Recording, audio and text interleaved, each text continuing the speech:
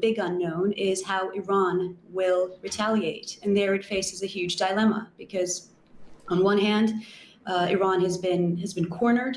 Its red lines have been crossed. It has been humiliated from a regional point of view and will face domestic pressure to retaliate. It has vowed severe punishment. Let's turn to our top story, which of course is the conflict in the Middle East. President Donald Trump has urged Iran to make a deal before it's too late after Tehran was targeted by Israeli airstrikes overnight. The Israeli Defense Force says it was targeting nuclear facilities over concerns a deadly weapon was being developed. In a letter to the United Nations, Iran's foreign minister has called the attack a declaration of war. The UK government is holding an emergency Cobra meeting later. Earlier, I spoke to the former British ambassador to Iran, Nicholas Hopton. They can either escalate or they might choose to make a symbolic response. Now, we're hearing reports that perhaps they have already launched 100 drones or so in retaliation, but we will have to see what that amounts to. That might amount to a symbolic response if it's no more than that. They are very aware of the fragility of the security of their own country. Their air defenses were weakened last year by Israeli strikes. And obviously after last night's strikes, the security of the country is even more fragile, with some very senior commanders having been assassinated. So I think on one level, the Islamic Republic, the supreme leader, and those advising him will be conscious that this is a big moment for the regime to decide how to respond. The Iranian people, from the reports I'm seeing this morning, are reacting in different ways.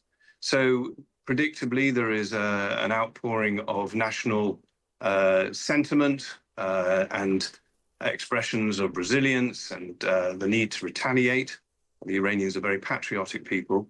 At the same time, many Iranians obviously are very concerned about their families, their livelihood, their way of life, which carries on a lot of the time independent of the actions of the Islamic Republic. So this is a pivotal moment for Iranian reactions, and they will be conscious of that. And a lot might depend on how hard and for how long Prime Minister Netanyahu pursues his attacks on Iran. Well, joining me now is Dr Burcu Ozcelik, a senior research fellow at the Middle East security at the Royal United Services Institute. Welcome to the show, Dr Ozcelik. Hi, thank you for having me. So what is going to happen next? There must be deep concern in the Middle East about what is going on. How do you see it playing out over the next few days? Well, I think it's become a bit of a cliche to say that the Middle East is at a major turning point. But I think after last night's strikes against Iran, we could very well be there. I think this is an unprecedented moment in terms of the scale and the geographical reach of Israel's airstrikes against Iranian targets, as well as targeted strikes, including the head of the IRGC and senior military commanders. I think what will determine what comes next is how Israel plans to continue its wave of airstrikes.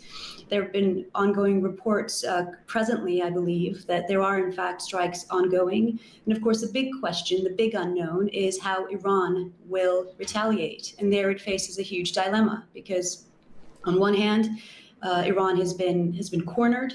Its red lines have been crossed.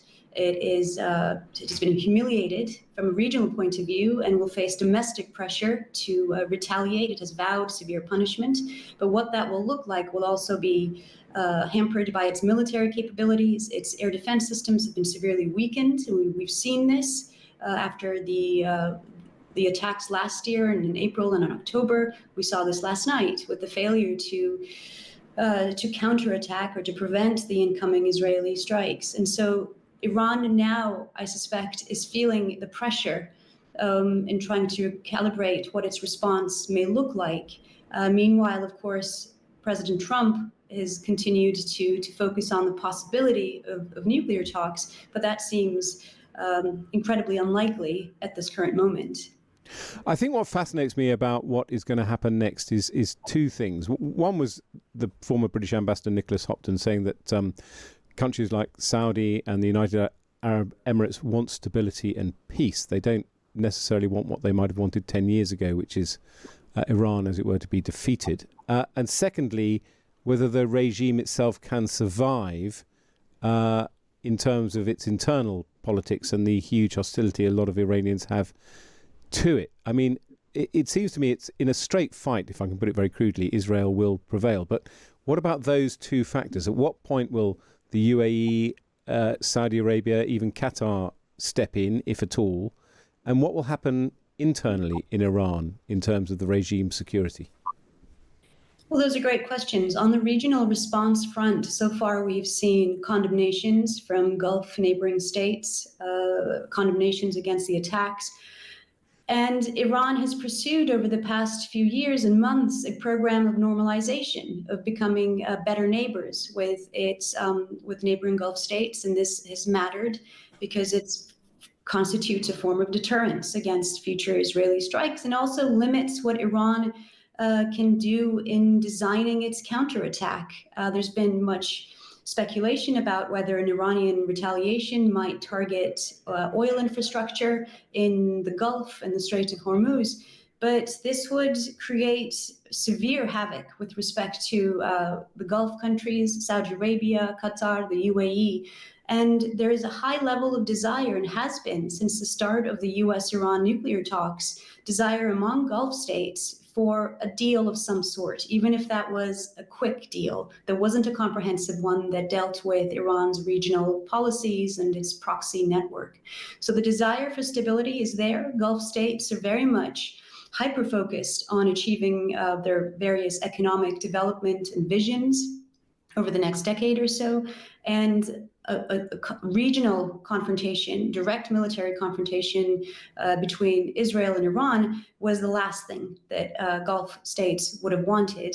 But here we are. On the domestic front, Iran, of course, has been under severe pressure, has faced waves of domestic civil protest against the regime, as well as bearing the brunt of international and US-led sanctions, which has meant severe economic losses for Iran.